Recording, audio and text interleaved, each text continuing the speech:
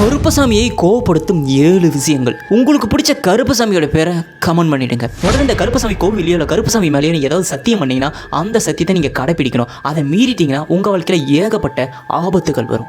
அதுக்கு முதல்ல நீங்கள் அந்த கருப்பசாமிக்குள்ள சத்தியமே பண்ணாமலே இருக்கலாம். ரெண்டாவது, இந்த கோயிலுக்கு வரும்போது நீங்கள் ரொம்ப ரொம்ப சுத்தமாக வரணும்.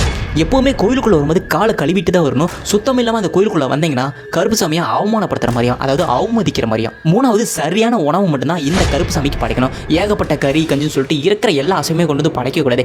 ஏதோ ஒரு நாள் மட்டும் அசைவத்தை படிச்சுட்டு எப்போவுமே பொங்கலையும் வெண்பொங்கலையும் மட்டும்தான் கருப்பசாமிக்கு படைக்குதுமா. இது நிறைய பேருக்கு தெரியாது.